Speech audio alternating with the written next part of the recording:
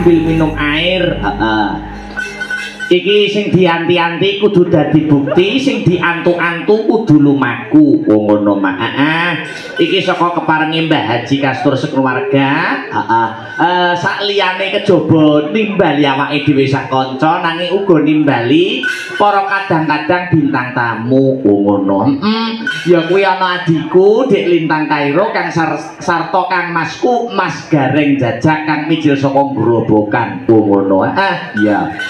Mas Gareng diaturi munggah luwih dhisik karepen menyapa para warga masyarakat kang mapat ana ing gentas. Mumpung isih slendro, disrampatke kanggo gumyake swasana no. Karepen gayeng tur regeng. Monggo Mas Gareng Jajak, lama tidak jumpa kula aturi minggah wonten ing sasana budaya. Serampat to, dados.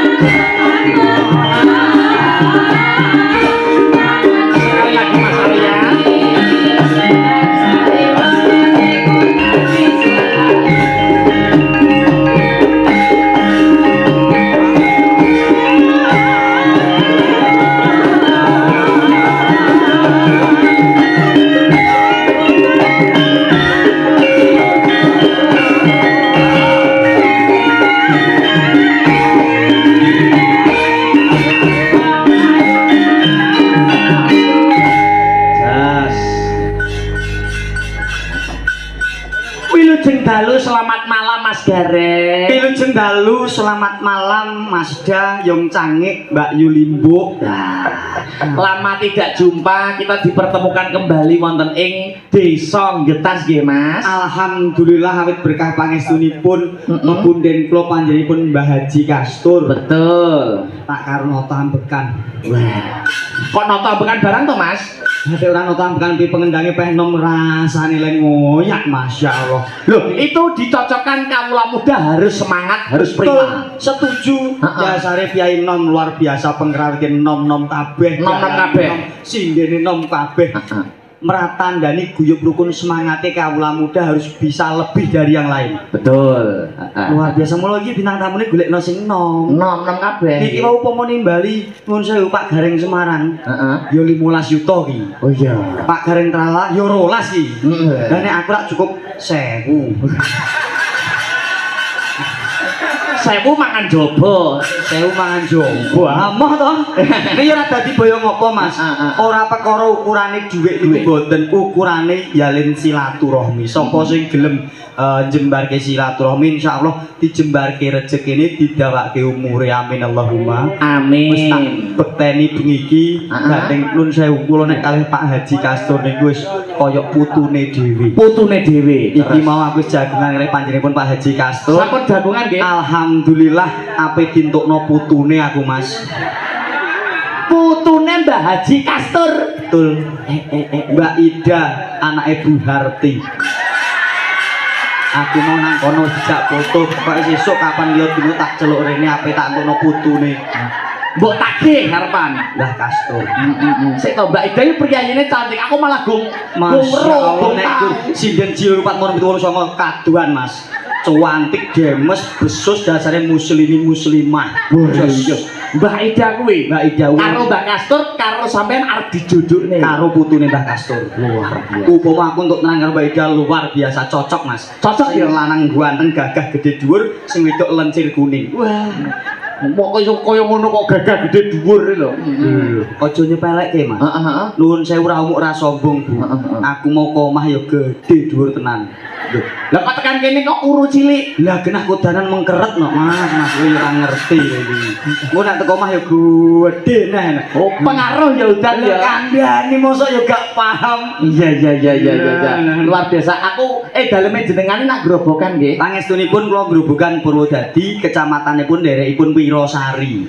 Saking mriki wetawis 2 jam 26 menit lebih 3 detik. Berarti kene iki termasuke wilayahmu. Lah nek kene iki wis pokoke Jawa Tengah iki ora nek sing tak tinggal Mas. Wis pokoke lah kabeh meh rata Mas. Meh rata. Alah wis meh rata. Awit saka Cepu terus Sendi Kedung Tuban terus Randu Blatung Duplang wis nggonku kabeh Mas kuwi. Yo gareng ngene iki. Alah wong aku Bang Dikil kula Mas mubeng golek nasabah. Tak rungokne tenan kok nggur Bang Titil lho. Lah sadurunge gareng aku ya golek sampean kuwi kok. Berarti ngene iki dioneng-oneng ngene iki bot-bote pengen menjalin persaudaraan karo golek rezeki Mas ya. Alah ora sih Mas aku. Aku bengi iki mau. Lah nek aku setuju aku. Golek jodoh. Karo Mbak sapa mau? Ida. Wah, apik tenan Mas, sumpah lain. Apik konone apa ya karepan gelem karo kowe? Alah, nyek. Lah wis ketemu berarti karo Mbak Ida wis mau. Sing jauh nomorku malah kono sik kok.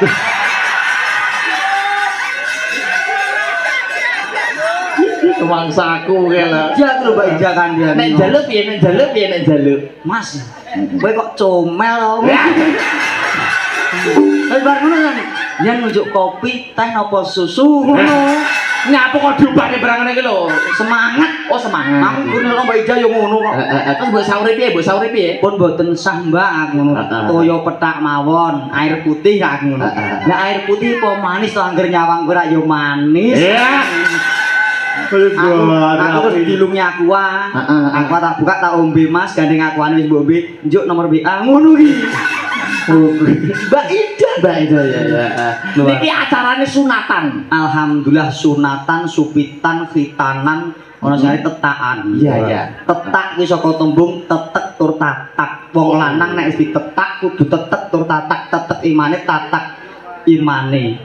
Kok anggone dadi wong Islam sing diislamke. Berarti kaya aku ya Mas. Aku nak wis sunat yo wis SD kae. Jeneng yo wis sunat to yo wis cilanku kae. mosok? Heeh to. Wis gerange semene ora sunat lho. Endi? Yo kok Mas iki tetek karo tatak. Berarti nek wis sunat kudu tetek imanku, kudu tatak imanku. Lah, uga dimastani khitan. Apakah arti dari khitan? Kinarya keselamatan. Lho nek wis ditetak, kuwi muga-muga ya muga-muga dadi wong sing slamet donya, slamet akhirate mergo kuwi sunahe wong agama Islam. Amin. Lho golek keselamatan. Tetak, khitan, ana bahasa lainnya apa Mas? Supit iki apa Mas? Supaya untuk barang sing nyepit. Apa? Supit sik aku lagi Mas.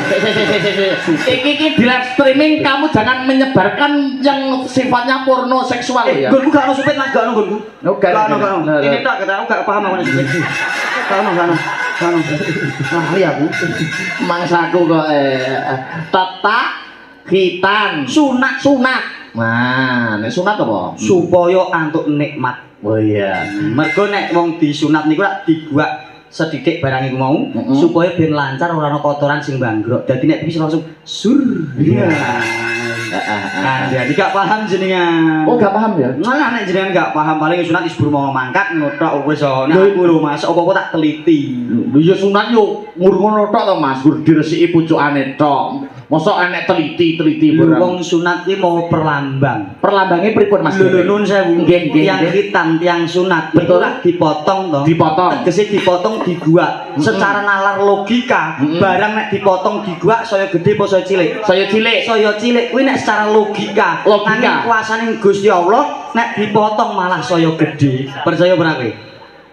Ya ora. Kandhani wong sunat secara logika barang nek dipotong diguak saya cilik. Katok dipotong saya cilik. Lambi diketok saya cilik. Ning kena ngopo nek khitan disunat diketok malah saya gede. Kuwi perlambang wong urip kudu gelem sedekah. Oh. Sedekah kuwi ora lokak saya kebak, ora kutah saya turah. Bengi iki kaya panjenenganipun Pak Haji Kastur kalih putra-putranipun Pak Badrudin kalih Budwi-Puji senadyan to paring sedekah insyaallah Mas ora lokak saya kebak, ora kutah saya turah. Amin Allahumma Amin. Berarti kaya aku barang ngene iki umpama wis tak ketok to, sunat to. Iya. Berarti kudu tak sedekahne sapa-sapa. Lek swampok kowe kok.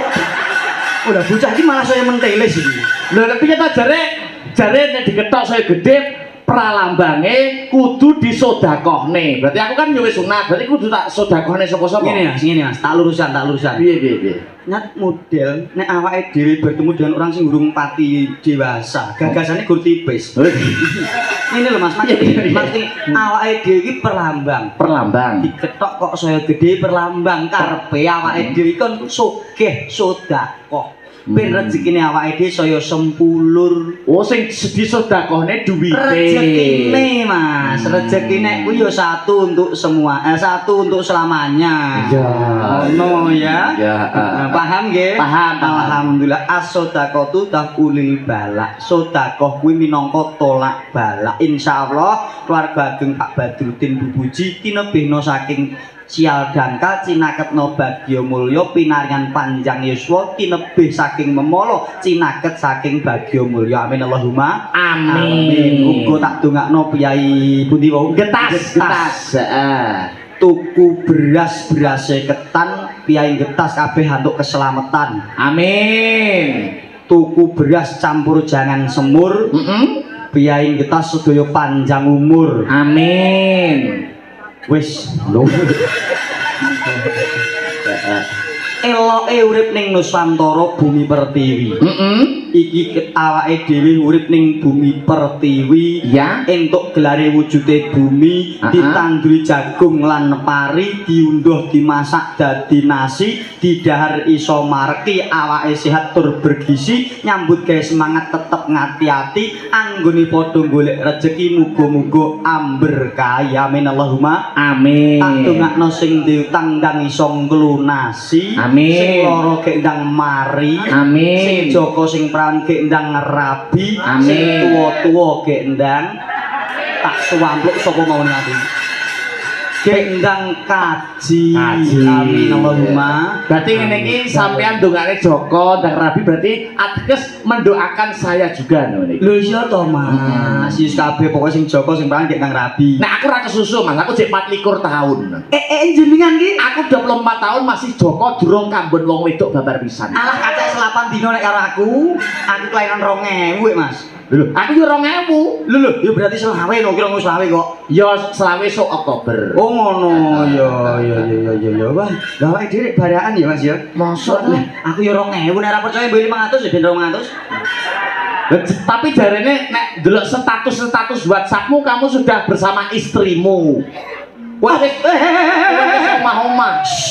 Lho napa? Cek sok kaya ngono kowe iki ya. Lah kowe wis duwe bojo lho. Kowe nggon mbak Ija gak sidok iki malah. Aku mau kondo iya kok malah kowe mbok pamerno nang. Bobor-bobori dagangan. Masaku. Gak Mbak Ija kok anggere kowe sidok tenan kono tak tinggal. Hei. Streaming lho. Ora apa-apa bojone paket aku entek. Masaku. Alhamdulillah.